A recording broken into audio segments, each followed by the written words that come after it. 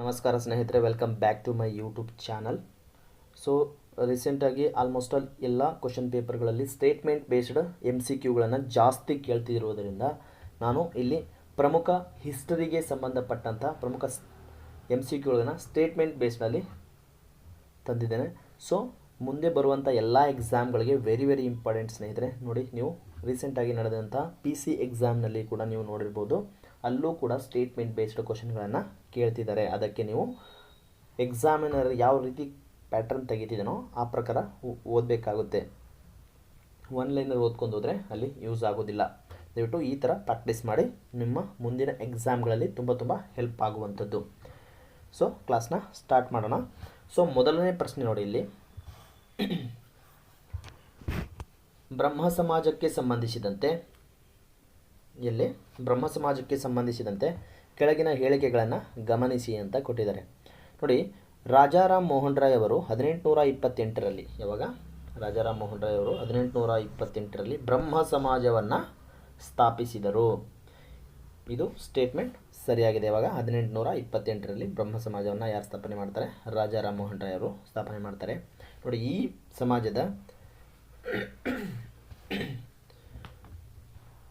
ಈ ಸಮಾಜವು ವಿಗ್ರಹಾರಾಧನೆ, ಬಹುದೇವತಾರಾಧನೆಯನ್ನು ವಿರೋಧ ಮಾಡಿತ್ತು.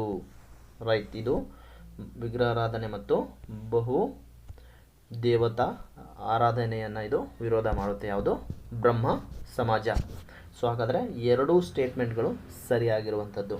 So option C is the right answer. So ಇಲ್ಲಿ ನೋಡಿ, ಭಾರತೀಯ ನವೋದಯದ ಪಿತಾಮಹ ಎಂದು ಯಾರನ್ನು ಕರೀತಾರೆ ಅಂದರೆ ರಾಜಾರಾಮ್ ಮೋಹನ್ ರಾಯ್ ಅವರನ್ನು ನವೋದಯದ ಪಿತಾಮಹ ಅಂತ ಕರೀತಾರೆ. ಭಾರತೀಯ ನವೋದಯದ ಪಿತಾಮಹ ಅಂತ ರಾಜಾರಾಮ್ ಮೋಹನ್ ರಾಯ್ ಅವರನ್ನು ಕರೆಯುವಂಥದ್ದು. ನೋಡಿ, ರಾಜಾರಾಮ್ ಮೋಹನ್ ರಾಯ್ ಅವರು ಆಗಸ್ಟ್ 1828ರಲ್ಲಿ ಬ್ರಹ್ಮಸಭಾವನ್ನು ಸ್ಥಾಪನೆ ಮಾಡ್ತಾರೆ.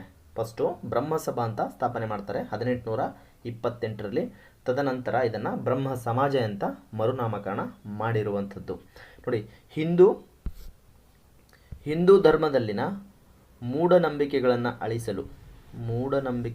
ಅಳಿಸಲು ಇದರ ಜೊತೆ ಈ ವಿಗ್ರಹಾರಾಧನೆ ಮತ್ತು ಬಹುದೇವತಾರಾಧನೆಯ ಜೊತೆಗೆ ಮೂಢನಂಬಿಕೆಗಳನ್ನು ಅಳಿಸಲು ಏಕ ದೇವತಾರಾಧನೆಯನ್ನು ಉತ್ತೇಜಿಸಲು, ಒಂದೇ ದೇವರನ್ನು ನೀನು ಪೂಜೆ ಮಾಡಬೇಕು ಅಂತ ಅವನು ಉತ್ತೇಜನ ಕೊಡ್ತಾರೆ. ಬಹುದೇವತಾರಾಧನೆಯನ್ನು ಅವನು ವಿರೋಧ ಮಾಡಿದರೆ ಏಕದೇವರಾಧನೆಯನ್ನು ಅವನು ಉತ್ತೇಜನ ಕೊಡಲೇಬೇಕಾಗುತ್ತೆ. ಓಕೆನಾ?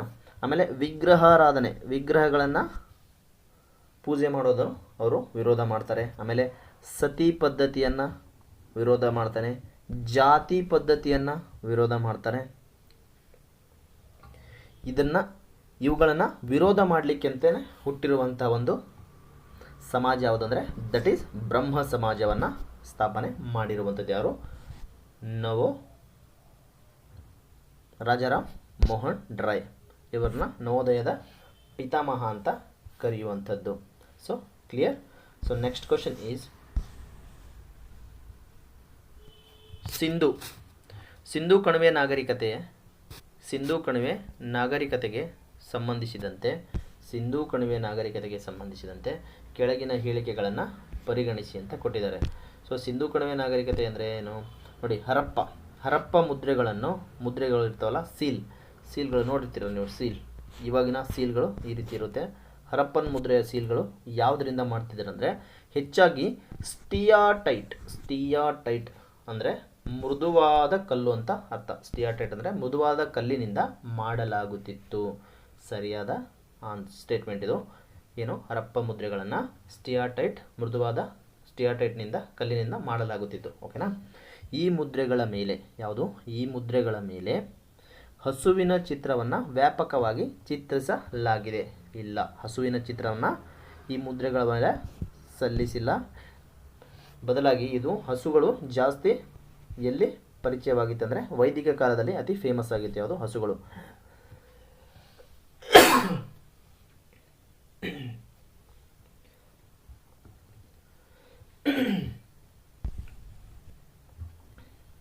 ನೋಡಿ,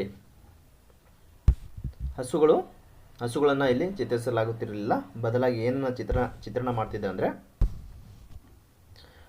ಗೂಳಿ, ಆನೆ, ಹುಲಿ, ಖಡ್ಗಮೃಗ, ಏಕಶೃಂಗಿಯ ಪ್ರಾಣಿಗಳನ್ನು ಚಿತ್ರಿಸಲಾಗುತ್ತಿತ್ತು. ಆದರೆ ಹಸುವನ್ನು ಇಲ್ಲಿ ಮುದ್ರಣ ಮಾಡುತ್ತಿರಲಿಲ್ಲ. ನೋಡಿ, ಹಸುಗಳು ವೈದಿಕ ಕಾಲದಲ್ಲಿ ಹೆಚ್ಚು ಪ್ರಾಮುಖ್ಯತೆ ಪಡೆದುಕೊಂಡಿದ್ದವು. ಎಲ್ಲಿ ವೈದಿಕ ಕಾಲದಲ್ಲಿ ಹೆಚ್ಚು ಪ್ರಾಮುಖ್ಯತೆಯನ್ನು ಪಡೆದಿದ್ದು ಹಸುಗಳು. ಬಟ್ ಇಲ್ಲಿ ಸ್ಟೇಟ್ಮೆಂಟ್ 2 ಇಸ್ ದ ರಾಂಗ್. ಒಂದು ಮಾತ್ರ ಸರಿಯಾಗಿದೆ. ಹರಪ್ಪ ಮುದ್ರೆಗಳು ಸ್ಟಿಯಾಟೈಟ್ ಮೃದುವಾದ ಕಲ್ಲುಗಳಿಂದ ಮಾಡಲಾಗುತ್ತಿತ್ತು. So next question is, Vijayanagara ಸಾಮ್ರಾಜ್ಯದ ಬಗ್ಗೆ ವಿಜಯನಗರ ಸಾಮ್ರಾಜ್ಯದ ಬಗ್ಗೆ ಕೆಳಗಿನ ಹೇಳಿಕೆಗಳನ್ನು ಗಮನಿಸಿ ಅಂತ ಕೊಟ್ಟಿದ್ದಾರೆ. ನೋಡಿ, ಶ್ರೀಕೃಷ್ಣದೇವರಾಯರು ತುಳುವ ರಾಜವಂಶಕ್ಕೆ ಸೇರಿದವರಾಗಿದ್ದಾರೆ.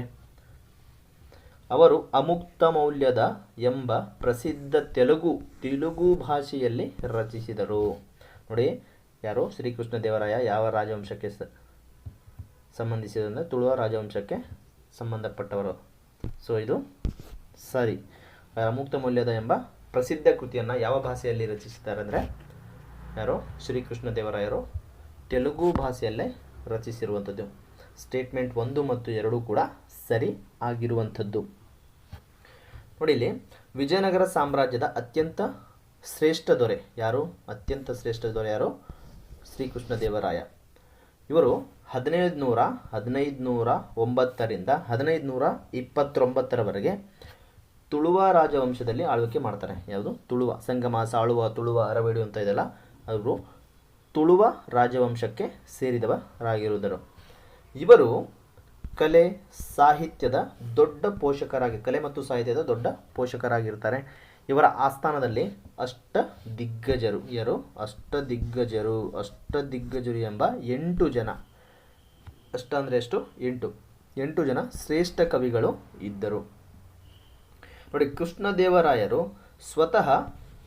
ಸ್ವಂತ ಶ್ರೇಷ್ಠ ವಿದ್ವಾಂಸನಾಗಿದ್ದು ತೆಲುಗಿನಲ್ಲಿ ಏನು ಮಾಡ್ತಾರೆ ಅವರು? ಅಮುಕ್ತ ಮೌಲ್ಯದ ಎಂಬ ಇದು ಅಮುಕ್ತ ಮೌಲ್ಯದ ಕೃತಿ ಐತಲ್ಲ, ಅಮುಕ್ತ ಮೌಲ್ಯದ ಇದು ಯಾವುದಕ್ಕೆ ಸಂಬಂಧಪಟ್ಟಿದೆ ಅಂದರೆ ರಾಜನೀತಿ ಮತ್ತು ಆಳ್ವಿಕೆ ಅವರ ಆಳ್ವಿಕೆಯ ಬಗ್ಗೆ ಸಂಬಂಧಪಟ್ಟಿರುವಂಥದ್ದು. ನೋಡಿ, ಇವರು ಮತ್ತೊಂದು ಪ್ರಸಿದ್ಧವಾದ ಕೃತಿಯನ್ನು ರಚನೆ ಮಾಡ್ತಾನೆ. ಯಾವುದು? ಜಾಂಬವತಿ ಕಲ್ಯಾಣ ಎಂಬ ಪ್ರಸಿದ್ಧ ಕೃತಿಯನ್ನು ಅವರು ರಚನೆ ಮಾಡ್ತಾರೆ. ಜಾಂಬವತಿ ಕಲ್ಯಾಣ ಯಾವ ಭಾಷೆಯಲ್ಲಿ ಇದೆ ಅಂದರೆ ಸಂಸ್ಕೃತದಲ್ಲಿ ಇರುವಂಥದ್ದು. ಯಾವುದು? ಜಾಂಬವತಿ ಕಲ್ಯಾಣ ಸಂಸ್ಕೃತ ಭಾಷೆಯಲ್ಲಿ ರಚನೆ ಮಾಡ್ತಾನೆ. ಯಾರು? ಕೃಷ್ಣ ದೇವರಾಯ. ಓಕೆನಾ? ಸೊ ನೆಕ್ಸ್ಟ್ ಕ್ವಶನ್ ಈಸ್,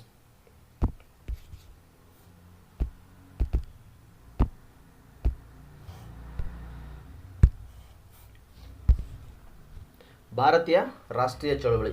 ನೋಡಿ, ಕ್ವಿಟ್ ಇಂಡಿಯಾ, ಭಾರತ ಬಿಟ್ಟು ತೊಲಗಿ.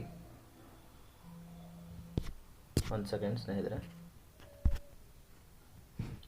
ನೋಡಿ, ಕ್ವಿಟ್ ಇಂಡಿಯಾ, ಭಾರತ ಬಿಟ್ಟು ತೊಲಗಿ ಚಳವಳಿ, ಭಾರತ ಬಿಟ್ಟು ತೊಲಗಿ ಚಳವಳಿಗೆ ಸಂಬಂಧಿಸಿದಂತೆ ಕೆಳಗಿನ ಹೇಳಿಕೆಗಳನ್ನು ಪರಿಶೀಲಿಸಿ ಅಂತ ಕೊಟ್ಟಿದ್ದಾರೆ.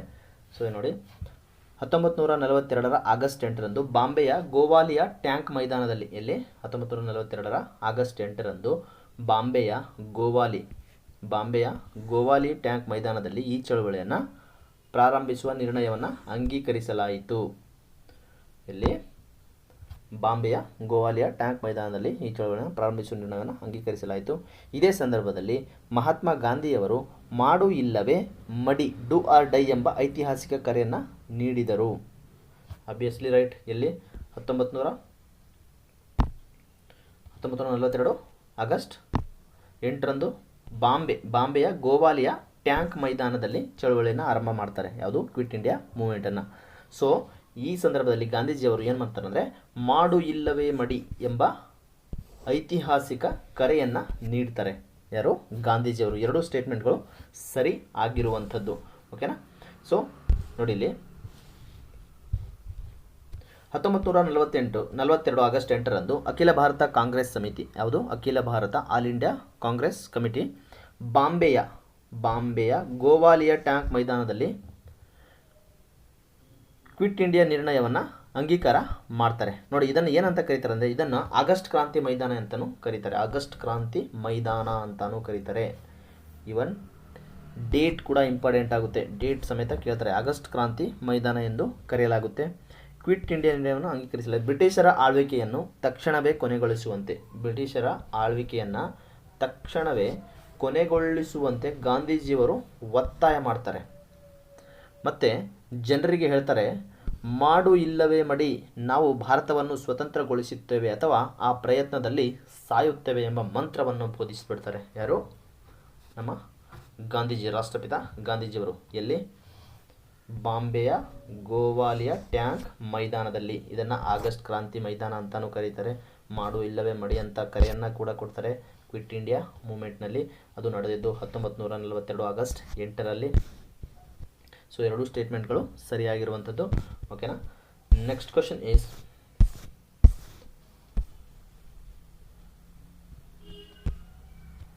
ಹೊಯ್ಸಳರ ವಾಸ್ತುಶಿಲ್ಪ. ಹೊಯ್ಸಳರ ವಾಸ್ತುಶಿಲ್ಪಕ್ಕೆ ಸಂಬಂಧಿಸಿದಂತೆ ಕೆಳಗಿನ ಹೇಳಿಕೆಗಳನ್ನು ಗಮನಿಸಿ ಅಂತ ಕೊಟ್ಟಿದ್ದಾರೆ. ನೋಡಿ, ಹೊಯ್ಸಳರ ದೇವಾಲಯಗಳನ್ನು ವಿಶಿಷ್ಟವಾದ ನಕ್ಷತ್ರಾಕಾರದ ತಳಪಾಯದ ಮೇಲೆ ನಿರ್ಮಿಸಲಾಗಿದೆ ಅಂತ ಕೊಟ್ಟಿದ್ದಾರೆ. ನೋಡೋಣ. ಈ ದೇವಾಲಯಗಳ ನಿರ್ಣಯಕ್ಕೆ ಕಠಿಣವಾದ ಗ್ರಾನೈಟ್ ಕಲ್ಲುಗಳನ್ನು ಬಳಸಲಾಗುತ್ತಿತ್ತು. ಇಲ್ಲಿ ಗ್ರಾನೈಟ್ ಕಲ್ಲನ್ನು ಬಳಸಿಲ್ಲ. ಸೊ ಹೊಯ್ಸಳರ ದೇವಾಲಯಗಳನ್ನು, ಇದು statement 1 is right, 2 is wrong ಇದೆ. ಓಕೆನಾ?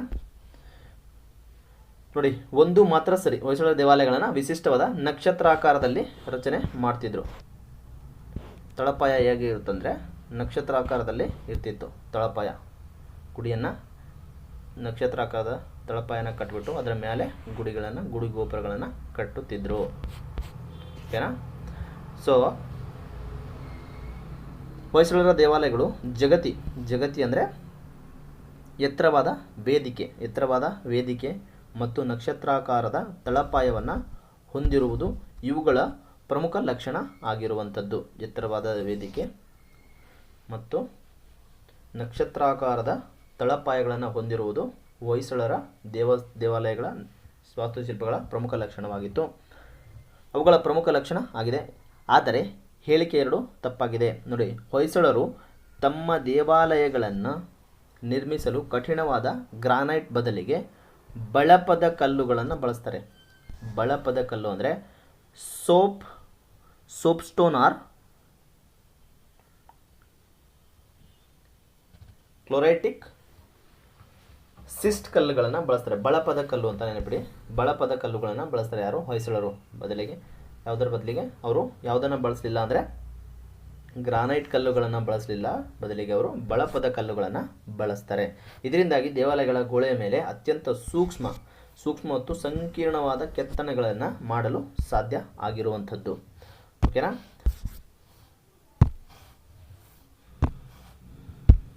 ಸೊ ಬೇಲೂರಿನ ಚೆನ್ನಕೇಶವ ಮತ್ತು ಹಳೇಬೀಡಿನ ಹೊಯ್ಸಳೇಶ್ವರ ದೇವಾಲಯಗಳು ಇದಕ್ಕೆ ಉತ್ತಮ ಉದಾಹರಣೆ ಆಗಿರುವಂಥದ್ದು. ಬೇಲೂರಿನ ಚೆನ್ನಕೇಶವ ದೇವಾಲಯ ಕೂಡ ಹೊಯ್ಸಳರಿಗೆ ಸಂಬಂಧಪಟ್ಟಿದೆ. ಹಳೇಬೀಡಿನ ಹೊಯ್ಸಳೇಶ್ವರ ದೇವಾಲಯ ಕೂಡ ಯಾವುದಕ್ಕೆ? ಹೊಯ್ಸಳರಿಗೆ ಸಂಬಂಧಪಟ್ಟಿರುವಂಥದ್ದು. ಸೊ ನೆಕ್ಸ್ಟ್ ಕ್ವಶನ್ ಈಸ್, ದುಂಡು ಮೇಜಿನ ಸಮ್ಮೇಳನಕ್ಕೆ ಸಂಬಂಧಿಸಿದಂತೆ ಕೆಳಗಿನ ಹೇಳಿಕೆಗಳನ್ನು ಪರಿಶೀಲಿಸಿ ಅಂತ ಕೊಟ್ಟಿದ್ದಾರೆ. ದುಂಡು ಮೇಜಿನ ಸಮ್ಮೇಳನ. ನೋಡಿ, ಮಹಾತ್ಮ ಗಾಂಧೀಜಿಯವರು ಲಂಡನ್ನಲ್ಲಿ ನಡೆದ 3 ದುಂಡು ಮೇಜಿನ ಸಮ್ಮೇಳನದಲ್ಲಿ ಭಾಗವಹಿಸಿದ್ದರು. ಅಂಬೇಡ್ಕರ್ ಭಾಗವಹಿಸಿದ್ರು 3 ಸಮ್ಮೇಳನದಲ್ಲಿ. ಬಟ್ ಗಾಂಧೀಜಿ ಒಂದೇ ಒಂದು ದುಂಡು ಮೇಜಿನ ಸಮ್ಮೇಳನದಲ್ಲಿ ಭಾಗವಹಿಸ್ತಾರೆ. ಯಾವುದಂದರೆ 2ನೇ ದುಂಡು ಮೇಜಿನ ಸಮ್ಮೇಳನದಲ್ಲಿ ಅವರು ಭಾಗವಹಿಸ್ತಾರೆ. ನೋಡಿ, ಡಾಕ್ಟರ್ ಬಿ ಆರ್ ಅಂಬೇಡ್ಕರ್ ಅವರು 3 ದುಂಡು ಮೇಜಿನ ಸಮ್ಮೇಳನಗಳನ್ನು ಪಾಲ್ಗೊಂಡಿದ್ದರು. Right option. Statement 2 is the right, 1 is wrong. ನೋಡಿ, ಹೇಳಿಕೆ 1 ತಪ್ಪಾಗಿದೆ. ಮಹಾತ್ಮ ಗಾಂಧೀಜಿಯವರು ಮತ್ತು ಭಾರತೀಯ ರಾಷ್ಟ್ರೀಯ ಕಾಂಗ್ರೆಸ್ ಕೇವಲ 2ನೇ ದುಂಡು ಮೇಜಿನ ಯಾವ್ಯಾವುದು? ನೋಡಿ, ಓನ್ಲಿ ಗಾಂಧೀಜಿ ಅಷ್ಟೇ ಅಲ್ಲ, ರಾಷ್ಟ್ರೀಯ ಕಾಂಗ್ರೆಸ್, ಭಾರತೀಯ INC ಮತ್ತು ಗಾಂಧೀಜಿಯವರು ಮತ್ತು INC 2ನೇ ದುಂಡು ಮೇಜಿನ ಸಮ್ಮೇಳನದಲ್ಲಿ 1931ರಲ್ಲಿ ನಡೆದಿತ್ತು. 2ನೇ ದುಂಡು ಮೇಜಿನ ಸಮ್ಮೇಳನ ಮಾತ್ರ ಭಾಗವಹಿಸಿದ್ದರು. ಮೊದಲ ಮತ್ತು 3ನೇ ಸಮ್ಮೇಳನವನ್ನು ಕಾಂಗ್ರೆಸ್ ಬಹಿಷ್ಕಾರ ಮಾಡಿತ್ತು. ಯಾವುದು? ಕಾಂಗ್ರೆಸ್ ಬಹಿಷ್ಕಾರ ಮಾಡಿತ್ತು. ಆದರೆ ಹೇಳಿಕೆ 2 ಸರಿಯಾಗಿದೆ. ಡಾಕ್ಟರ್ ಬಿ ಆರ್ ಅಂಬೇಡ್ಕರ್ ಮತ್ತು ತೇಜ್ ಬಹದ್ದೂರ್ ಸಪ್ರು ಅವರು 3 ದುಂಡು ಮೇಜಿನ ಸಮ್ಮೇಳನಗಳಲ್ಲಿ ಭಾಗವಹಿಸಿದ್ದರು. ಯಾರ್ಯಾರು? ಡಾಕ್ಟರ್ ಬಿ ಆರ್ ಅಂಬೇಡ್ಕರ್ ಮತ್ತು ತೇಜ್ ಬಹದ್ದೂರ್ ಸಪ್ರು. ಇಂಪಾರ್ಟೆಂಟ್, 2 ನೆನಪಿಟ್ಕೊಳ್ಳಿ ಸ್ನೇಹಿತರೆ, 2 ಕ್ವಶನ್ ಆಗಿದೆ. ತೇಜ್ ಬಹದ್ದೂರ್ ಸಪ್ರು ಮತ್ತು ಯಾರು? ಅಂಬೇಡ್ಕರ್ 3 ದುಂಡು ಮೇಜಿನ ಸಮ್ಮೇಳನದಲ್ಲಿ ಭಾಗವಹಿಸ್ತಾರೆ.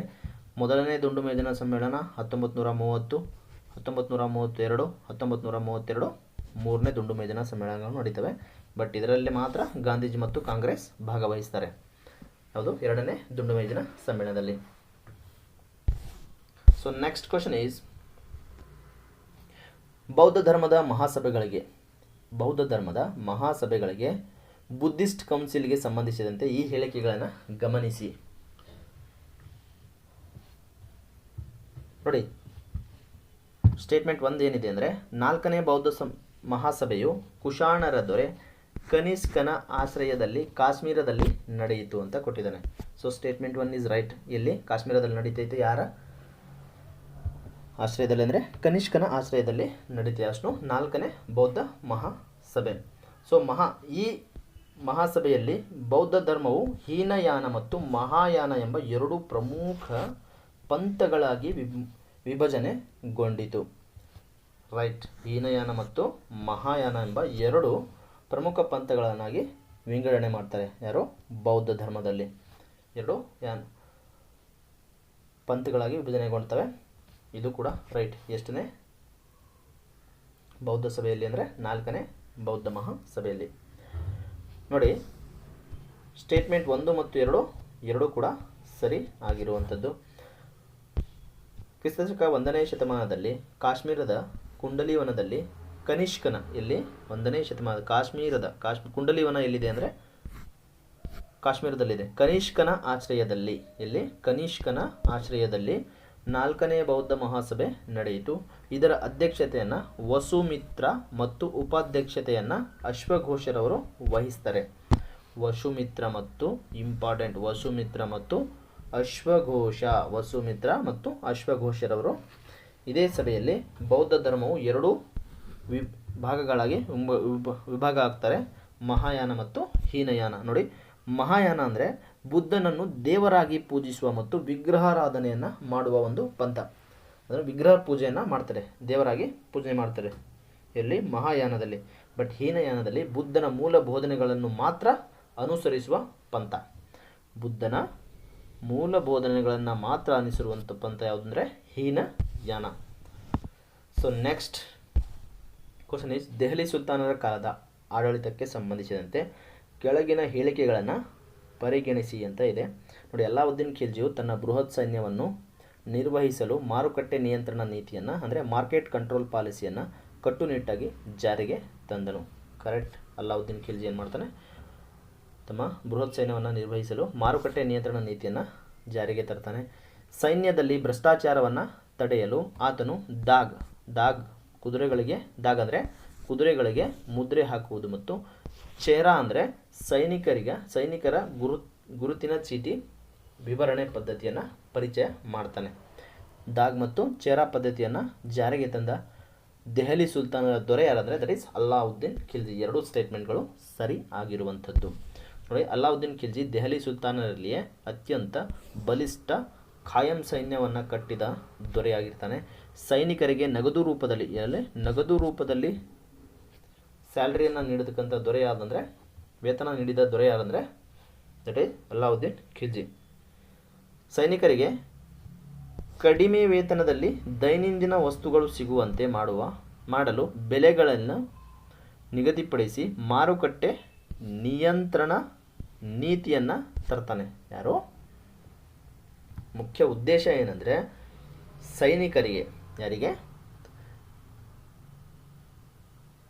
ಸೈನಿಕರಿಗೆ ಕಡಿಮೆ ವೇತನದಲ್ಲಿ ದೈನಂದಿನ ವಸ್ತುಗಳು ಸಿಗುವಂತೆ ಮಾಡಲು ಬೆಲೆಗಳನ್ನು ನಿಗದಿಪಡಿಸಿ ಮಾರುಕಟ್ಟೆ ನಿಯಂತ್ರಣ ನೀತಿಯನ್ನು ತರ್ತಾನೆ. ಮುಖ್ಯ ಉದ್ದೇಶ ಇದೆ. ಇದಲ್ಲದೆ ಉತ್ತಮ ಕುದುರೆಗಳ ಬದಲಿಗೆ ಕಳಪೆ ಕುದುರೆಗಳನ್ನು ತರುವುದನ್ನು ತಪ್ಪಿಸ್ತಾನೆ. ಯಾರು? ಅಲಾವುದ್ದೀನ್ ಖಿಲ್ಜಿ. ಕಳಪೆ ಯಾವುದು, ಉತ್ತಮ ಕುದುರೆ ಯಾವುದು ಅದನ್ನು ನೋಡಿಬಿಟ್ಟು ಬ್ರ್ಯಾಂಡಿಂಗ್ ಆಗ್ತಿದ್ದ, ದಾಗ್ ಅನ್ನೋ ಒಂದು ಹಚ್ಚೆಯನ್ನು ಹಾಕ್ತಿದ್ದ ಕುದುರೆ ಮೇಲೆ. ದಾಗ್ ಎಂದರೆ ಬ್ರ್ಯಾಂಡಿಂಗ್ ಮತ್ತು ಸೈನಿಕರ ಬದಲಿಗೆ ಬೇರೆಯವರು ಬರುವುದನ್ನು ತಡೆಯಲು. ನೋಡಿ, ಸೈನಿಕರಿರ್ತಾರೆ, ಸೈನಿಕರ ವೇಷದಲ್ಲಿ ಬೇರೆ ಯಾರಾದರೂ ಬಂದುಬಿಟ್ರೆ ಅದಕ್ಕೆ ಅವನು ಏನು ಮಾಡ್ತಾನೆ, ಚೆಹರಾ ಪದ್ಧತಿಯನ್ನು ಜಾರಿಗೆ ತರ್ತಾನೆ. ಯಾವುದು? ಚೆಹರಾ. ಚೆಹರಾ ಅಂದರೆ ಏನು? ಹಿಂದಿಯಲ್ಲಿ ಮುಖ, ಚೆಹರಾ ಅಥವಾ ಈ ಪದ್ಧತಿಯನ್ನು ಕಟ್ಟುನಿಟ್ಟಾಗಿ ಜಾರಿಗೆ ತರ್ತಾನೆ. ಯಾರು? Alauddin Khilji. So next question is,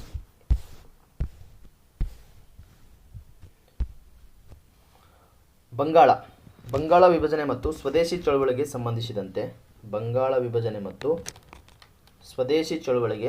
ಸಂಬಂಧಿಸಿದಂತೆ ಕೆಳಗಿನ ಹೇಳಿಕೆಗಳನ್ನು ಗಮನಿಸಿ ಅಂತ ಕೊಟ್ಟಿದ್ದಾರೆ. ನೋಡಿ, 1905ರಲ್ಲಿ ಲಾರ್ಡ್ ಕರ್ಜನ್ ಆಡಳಿತಾತ್ಮಕ ಅನುಕೂಲತೆಯ ನೆಪವೊಡ್ಡಿ ಬಂಗಾಳವನ್ನು ವಿಭಜನೆ ಮಾಡ್ತಾನೆ. ವಿಭಜನೆ ಮಾಡಿದ್ರೆ ಯಾರು? Lord Curzon. ಯಾವುದಕ್ಕೆ? ಆಡಳಿತಾತ್ಮಕ ಅನುಕೂಲತೆ ನೆಪವೊಡ್ಡಿ ಬಂಗಾಳವನ್ನು ವಿಭಜನೆ ಮಾಡ್ತಾನೆ. ರೈಟ್. ಬಂಗಾಳ ವಿಭಜನೆಯನ್ನು ವಿರೋಧಿಸಿ ಪ್ರಾರಂಭವಾದ ಸ್ವದೇಶಿ ಚಳುವಳಿಯ ಸಮಯದಲ್ಲಿ ಬಂಕಿಮಚಂದ್ರ ಚಟರ್ಜಿಯವರು ವಂದೇ ಮಾತರಂ ಗೀತೆಯು ರಾಷ್ಟ್ರೀಯತೆಯ ಸಂಕೇತವಾಗಿ ವ್ಯಾಪಕವಾಗಿ ಹಾಡಲ್ಪಟ್ಟಿತು. ನೋಡಿ, ವಂದೇ ಮಾತರಂ ಈಗ ಸುದ್ದಿಯಲ್ಲಿದೆ ತಾನೆ. ಸೊ ಕ್ವಶನ್ ಕೇಳ್ಬೋದು ಇದು. ನೋಡಿ, ಬಂಗಾಳ ವಿಭಜನೆಯನ್ನು ವಿರೋಧಿಸಿ ಸ್ವದೇಶಿ ಚಳವಳಿಯನ್ನು ಸ್ಟಾರ್ಟ್ ಮಾಡ್ತಾರೆ. ಆ ಸಮಯದಲ್ಲಿ ಬಂಕಿಂಚಂದ್ರ ಚಟರ್ಜಿ ಏನು ಮಾಡ್ತಾರೆ, ವಂದೇ ಮಾತರಂ ಗೀತೆಯನ್ನು ರಾಷ್ಟ್ರೀಯ ಸಂಕೇತವಾಗಿ ವ್ಯಾಪಕವಾಗಿ ಹಾಡಲು ಆರಂಭ ಮಾಡ್ತಾರೆ.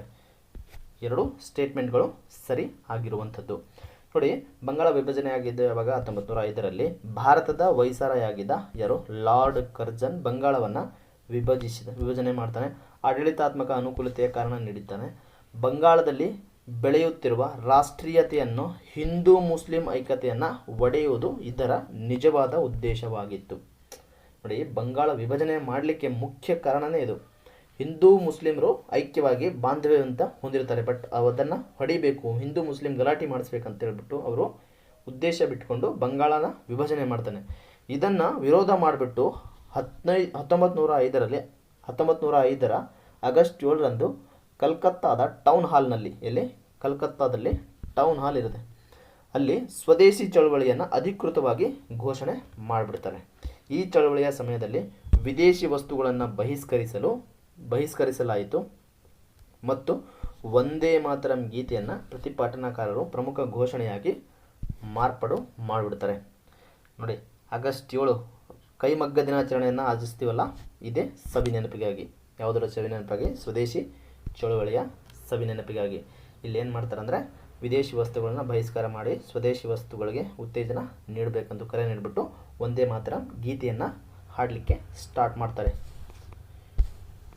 ಅರ್ಥ ಆಯ್ತು ಅನ್ಕೋತೀನಿ. ಸೊ ನೆಕ್ಸ್ಟ್, 1924ರ ಬೆಳಗಾವಿ ಕಾಂಗ್ರೆಸ್ ಅಧಿವೇಶನಕ್ಕೆ ಸಂಬಂಧಿಸಿದಂತೆ ಈ ಕೆಳಗಿನ ಹೇಳಿಕೆಗಳನ್ನು ಪರಿಗಣಿಸಿ ಅಂತ ಇದೆ.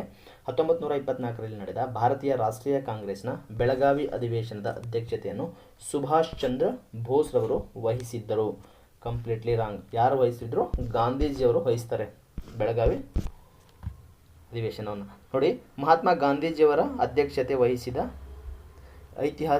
ಇತಿಹಾಸದ ಏಕೈಕ ಕಾಂಗ್ರೆಸ್ ಅಧಿವೇಶನ ಇದಾಗಿದೆ. ಯಾವುದು? ಬೆಳಗಾವಿ ಕಾಂಗ್ರೆಸ್ ಅಧಿವೇಶನ. ರೈಟ್. ಇದು ಗಾಂಧೀಜಿಯವರು ಒಂದೇ ಒಂದು ಕಾಂಗ್ರೆಸ್ ಅಧಿವೇಶನದ ಅಧ್ಯಕ್ಷರಾಗ್ತಾರೆ. ಅದು ಯಾವುದು? ಬೆಳಗಾವಿ ಕಾಂಗ್ರೆಸ್ ಅಧಿವೇಶನ. ನೋಡಿ, 1924ರಲ್ಲಿ ಬೆಳಗಾವಿಯಲ್ಲಿ ನಡೆದ 39ನೇ ಕಾಂಗ್ರೆಸ್ ಅಧಿವೇಶನದ ಅಧ್ಯಕ್ಷತೆಯನ್ನು ವಹಿಸಿದವರು ಯಾರು?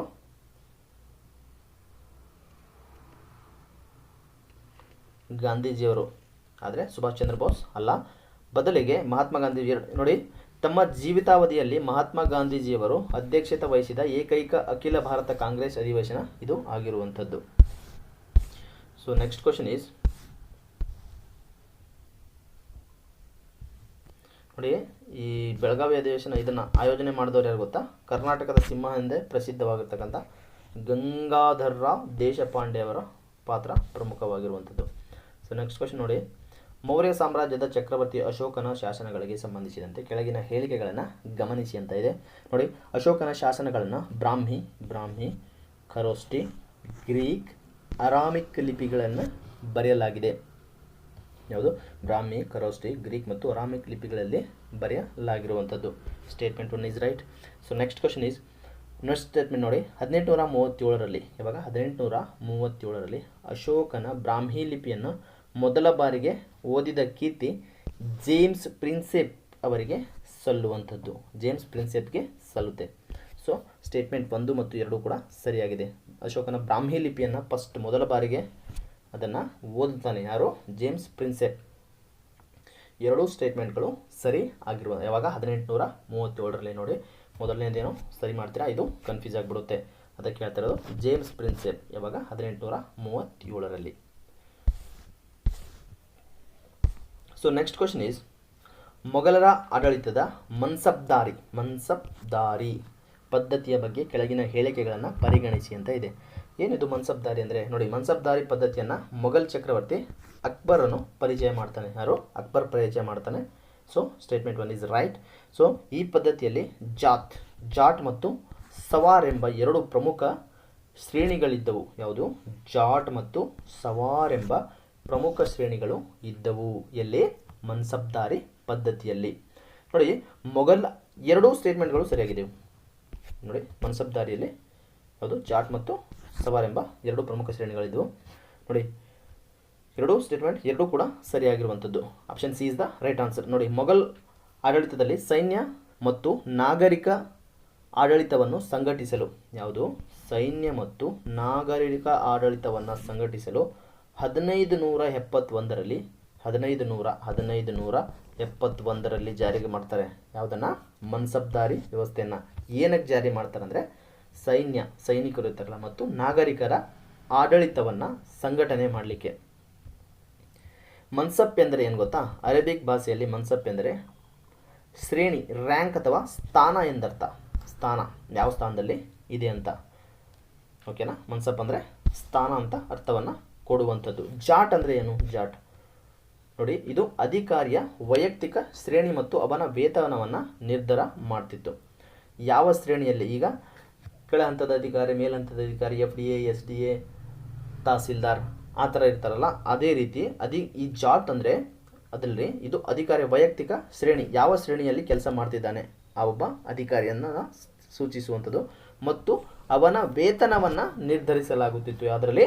ಜಾಟ್ನಲ್ಲಿ ವೇತನವನ್ನು ನಿರ್ಧಾರ ಮಾಡಲಾಗ್ತಿತ್ತು. ಆದರೆ ಸವಾರ್ನಲ್ಲಿ ಏನು ಮಾಡ್ತಿದ್ರು?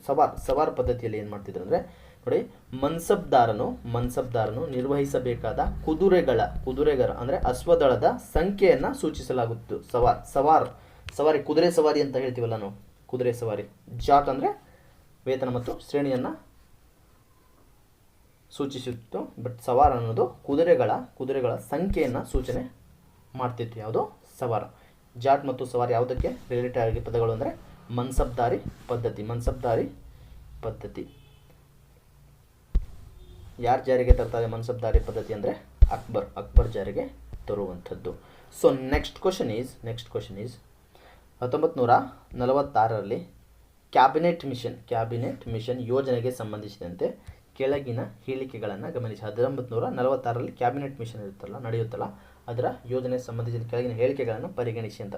ನೀವು ನೋಡಿ ಸ್ಟೇಟ್ಮೆಂಟ್ 1 ಏನಿದೆ ಅಂದರೆ, ಈ ಯೋಜನೆಯು ಮುಸ್ಲಿಂ ಲೀಗ್ನ ಪ್ರತ್ಯೇಕ ಪಾಕಿಸ್ತಾನ ರಾಷ್ಟ್ರದ ಬೇಡಿಕೆಯನ್ನು ಒಪ್ಪಿಕೊಂಡಿತು. ಪ್ರತ್ಯೇಕ ಪಾಕಿಸ್ತಾನದ ರಾಷ್ಟ್ರದ ಬೇಡಿಕೆಯನ್ನು ಒಪ್ಪಿಕೊಂಡ ಮುಸ್ಲಿಂ ಲೀಗ್ ಅವರ ಬೇಡಿಕೆ ಏನಾಗಿರುತ್ತೆ? ಮುಸ್ಲಿಂ ಲೀಗ್ ಪ್ರತ್ಯೇಕ ಪಾಕಿಸ್ತಾನವನ್ನು ನಿರ್ಮಾಣ ಮಾಡಿಕೊಡ್ಬೇಕು ಅಂತ ಇರುತ್ತೆ. ಆದರೆ ಕ್ಯಾಬಿನೆಟ್ ಮಿಷನ್ ಅದನ್ನು ತಿರಸ್ಕಾರ ಮಾಡುತ್ತೆ, ಒಪ್ಕೊಳ್ಳಿಲ್ಲ. ಸ್ಟೇಟ್ಮೆಂಟ್ 2 ನೋಡಿ, ಇಲ್ಲಿ ಭಾರತದ ಸಂವಿಧಾನವನ್ನು ರಚಿಸಲು ಸಂವಿಧಾನ ರಚನಾ ಸಭೆಯನ್ನು ಸ್ಥಾಪಿಸಲು ಇದು ಶಿಫಾರಸು ಮಾಡಿತು. ಯಾವುದು? ಸಂವಿಧಾನ ರಚನಾ ಸಭೆಯನ್ನು ಸ್ಥಾಪಿಸಲು ಶಿಫಾರಸು ಮಾಡಿದ ಸಮಿತಿ ಯಾವುದಂದ್ರೆ ದಟ್ ಈಸ್ ಕ್ಯಾಬಿನೆಟ್ ಮಿಷನ್ ಯಾವಾಗ 1946ರಲ್ಲಿ ಭಾರತಕ್ಕೆ ಬಂದಿರುವಂಥದ್ದು. So statement 2 is the right. ನೋಡಿ ಆಪ್ಷನ್ ಬಿ 2 ಎರಡೂ ಮಾತ್ರ ಸರಿಯಾಗಿದೆ. ನೋಡಿ 1946ರಲ್ಲಿ ಬ್ರಿಟಿಷ್ ಸರ್ಕಾರವು ಭಾರತಕ್ಕೆ ಕಳುಹಿಸಿದ ಕ್ಯಾಬಿನೆಟ್ ಮಿಷನ್, ಇದರಲ್ಲಿ Lord Pethick Lawrence, sir Stafford Cripps ಮತ್ತು AV ಅಲೆಕ್ಸಾಂಡರ್ ಇದರ ಸದಸ್ಯರಾಗಿದ್ದರು. ಯಾರು? ತುಂಬ ಸರಿ ಕ್ವಶನ್ ಆಗಿದೆ.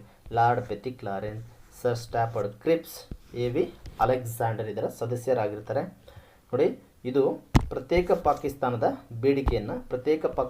ಬೇಡಿಕೆಯನ್ನು ಸ್ಪಷ್ಟವಾಗಿ ತಿರಸ್ಕಾರ ಮಾಡುತ್ತೆ. ಯಾವುದು? Cabinet mission. ಆದರೆ ಹೇಳಿಕೆ ನೋಡಿ, ಭಾರತೀಯರಿಗೆ ಅಧಿಕಾರ ಹಸ್ತಾಂತರಿಸಲು ಮತ್ತು ಸ್ವತಂತ್ರ ಭಾರತದ ಸಂವಿಧಾನವನ್ನು ರಚಿಸಲು ಒಂದು ಸಾಂವಿಧಾನಿಕ ರಚನಾ ಸಭೆಯನ್ನು ಸ್ಥಾಪಿಸುವ ಪ್ರಸ್ತಾವನೆ ಇದು ಮುಂದಿಟ್ಟಿತು. ಅದರಂತೆ ಇದು ಸಂವಿಧಾನ ರಚನೆ ಅದರಂತೆ ನಮ್ಮ ಸಂವಿಧಾನ ರಚನಾ ಸಭೆ ಅಸ್ತಿತ್ವಕ್ಕೆ ಬಂದಿರುವಂಥದ್ದು. ಸಂವಿಧಾನ ರಚನಾ ಸಭೆಗೆ ಅವಕಾಶ ನೀಡಿರ್ತಕ್ಕಂಥದ್ದು ಯಾವುದು? Cabinet mission. ಬಟ್ ಪಾಕಿಸ್ತಾನದನ್ನು ತಿರಸ್ಕಾರ ಮಾಡುತ್ತೆ. ಹಲ್ಮಿಡಿ ಶಾಸನ ನೋಡಿ, ಹಲ್ಮಿಡಿ ಶಾಸನಕ್ಕೆ ಸಂಬಂಧಿಸಿದಂತೆ ಕೆಳಗಿನ ಹೇಳಿಕೆಗಳನ್ನು ಪರಿಗಣಿಸಿ ಅಂತ ಕೊಟ್ಟಿದ್ದಾರೆ ನೋಡಿ. ಇದು ಕನ್ನಡ ಭಾಷೆಯಲ್ಲಿ ಲಭ್ಯವಾಗಿರುವ ಅತ್ಯಂತ ಪ್ರಾಚೀನ ಶಾಸನವಾಗಿದೆ. 100% ರೈಟ್.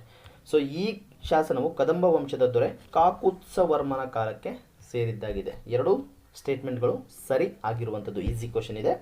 ಕನ್ನಡ ಭಾಷೆಯಲ್ಲಿ ಲಭ್ಯವಾದ ಅತ್ಯಂತ ಪ್ರಾಚೀನ ಶಾಸನ ಯಾವುದಂದರೆ ಹಲ್ಮಿಡಿ ಶಾಸನ. ಈ ಶಾಸನವು ಕದಂಬ ವಂಶದ ದೊರೆ ಕಾಕುತ್ಸವರ್ಮನ ಕಾಲಕ್ಕೆ ಸೇರಿದ್ದಾಗಿದೆ. ನೋಡಿ, ಎರಡೂ ಹೇಳಿಕೆಗಳು ಸರಿಯಾಗಿವೆ. ಹಾಸನ ಜಿಲ್ಲೆಯ ಬೇಲೂರು ತಾಲೂಕಿನ ಹಲ್ಮಿಡಿ ಎಂಬ ಗ್ರಾಮದಲ್ಲಿ ದೊರೆತ ಈ ಶಾಸನವು ಕನ್ನಡದ ಮೊಟ್ಟ ಮೊದಲ ಶಾಸನ ಆಗಿರುವಂಥದ್ದು. ಯಾವ ಶಾಸನ? ಹಲ್ಮಿಡಿ ಶಾಸನ. ಇಲ್ಲಿ ಹಾಸನ ಜಿಲ್ಲೆಯ ಬೇಲೂರು ತಾಲೂಕಿನ ಹಲ್ಮಿಡಿ ಎಂಬ ಗ್ರಾಮದಲ್ಲಿ ಸಿಕ್ಕಿರುವಂಥದ್ದು. ಇದು ನೋಡಿ 400 ಕ್ರಿಸ್ತಶಕ 450 ಸುಮಾರಿಗೆ ಸೇರಿದ್ದ ಇದು ಶಾಸನ ಆಗಿದೆ. ಕದಂಬ ವಂಶದ ಪ್ರಸಿದ್ಧ ದೊರೆ ಬಂದ್ಬಿಟ್ಟು ಕಾಕುತ್ಸವರ್ಮ ಆಡಳಿತದ ಬಗ್ಗೆ ಮಾಹಿತಿಯನ್ನು ನೀಡುತ್ತದೆ. ಯಾವುದು? ಕಾಕುತ್ಸವರ್ಮನ ಆಡಳಿತ ಬಗ್ಗೆ ಮಾಹಿತಿಯನ್ನು ನೀಡುವಂಥ ಶಾಸನ ಯಾವುದಂದರೆ ದಟ್ ಈಸ್ ಹಲ್ಮಿಡಿ ಶಾಸನ. ಇದು ಹಳೆಗನ್ನಡ ಮತ್ತು ಸಂಸ್ಕೃತ ಪದಗಳ ಮಿಶ್ರಣಗಳನ್ನು ಹೊಂದಿರುವಂಥದ್ದು. ಯಾವುದು? ಹಲ್ಮಿಡಿ ಶಾಸನ ಹಳೆಗನ್ನಡ ಮತ್ತು ಸಂಸ್ಕೃತ ಪದಗಳ ಮಿಶ್ರಣವನ್ನು ಹೊಂದಿದೆ. ನೋಡಿ, ಜೈನ ಧರ್ಮಕ್ಕೆ ಸಂಬಂಧಿಸಿದಂತೆ ಕೆಳಗಿನ ಹೇಳಿಕೆಗಳನ್ನು ಗಮನಿಸಿ ಅಂತ ಇದೆ. ವರ್ಧಮಾನ ಮಹಾವೀರರು ಜೈನ ಧರ್ಮದ 24ನೇ ಮತ್ತು ಕೊನೆಯ ತೀರ್ಥಂಕರಾಗಿದ್ದಾರೆ. ರೈಟ್. ಯಾರು? 24ನೇ ಜೈನ ಧರ್ಮದ 24ನೇ ತೀರ್ಥಂಕ ಯಾರು? ವರ್ಧಮಾನ್ ಮಹಾವೀರರು ತಮ್ಮ ಮೊದಲ ಬೋಧನೆಯನ್ನು ಸಾರನಾಥದಲ್ಲಿ ನೀಡ್ತಾರಾ? No, wrong.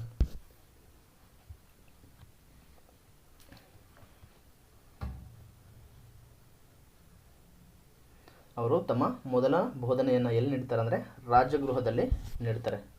ಇಲ್ಲಿ ರಾಜಗೃಹದಲ್ಲಿ ನೀಡ್ತಾರೆ. ಅದಕ್ಕೆ ಇದು ಸ್ಟೇಟ್ಮೆಂಟ್ 2 ಇಸ್ ದ ರಾಂಗ್. ನೋಡಿ, ಇದು ಸಾರನಾಥ ಯಾರಿಗೆ ಸಂಬಂಧಪಟ್ಟಿದೆ ಅಂದರೆ ಗೌತಮ ಬುದ್ಧರಿಗೆ ತಮ್ಮ ಮೊದಲ ಬೋಧನೆ ಧರ್ಮಚಕ್ರ ಪ್ರವರ್ತನ ನೀಡಿದ್ದು ಎಲ್ಲಿ ಅಂದರೆ ಸಾರನಾಥದಲ್ಲಿ. ಬಟ್ ತಮ್ಮ ಮೊದಲ ಬೋಧನೆಯನ್ನು ಮಹಾವೀರ ಎಲ್ಲಿ ನೀಡ್ತಾರೆ ಅಂದರೆ ರಾಜಗೃಹದಲ್ಲಿ ನೀಡ್ತಾರೆ. So next question is, Maratha ಸಾಮ್ರಾಜ್ಯದ ಛತ್ರಪತಿ ಶಿವಾಜಿಯ ಆಡಳಿತಕ್ಕೆ ಸಂಬಂಧಿಸಿದಂತೆ ಹೇಳಿಕೆಗಳನ್ನು ಪರಿಗಣಿಸಿ ಅಂತ ಇದೆ. ಶಿವಾಜಿಯ ಆಡಳಿತದಲ್ಲಿ ನೆರವಾಗಲು 8 ಜನ ಮಂತ್ರಿಗಳಿದ್ದು ಅಷ್ಟಪ್ರಧಾನ ಎಂಬ ಮಂತ್ರಿಮಂಡಲ ಇತ್ತು. ಅಷ್ಟಪ್ರಧಾನ ಮಂತ್ರಿಮಂಡಲ ಎಲ್ಲಿತ್ತಂದರೆ ಅದು ಶಿವಾಜಿಯ ಆಳ್ವಿಕೆಯಲ್ಲಿ ಜಾರಿಯಲ್ಲಿತ್ತು. ಈ ಮಂತ್ರಿಮಂಡಲದಲ್ಲಿ ಪೇಶ್ವೆ ಧಾರ್ಮಿಕ ವ್ಯವಹಾರಗಳ ಮುಖ್ಯಸ್ಥರಾಗಿದ್ದರು. ಪೇಶ್ವೆ ಧಾರ್ಮಿಕ ವ್ಯವಹಾರಗಳ ಮಂತ್ರಿ ಆಗಿರಲಿಲ್ಲ. ಇವನು ಒಬ್ಬ ಪ್ರಧಾನಮಂತ್ರಿ ಆಗಿರ್ತಾನೆ. ಯಾರು? ಇಲ್ಲಿ ಮಂತ್ರಿಗಳು ಪೇಶ್ವೆಗಳು ಯಾರಾಗಿರ್ತಾರೆ ಅಂದರೆ ಪ್ರಧಾನಮಂತ್ರಿಗಳಾಗಿ ಕೆಲಸ ಮಾಡ್ತಿರ್ತಾರೆ.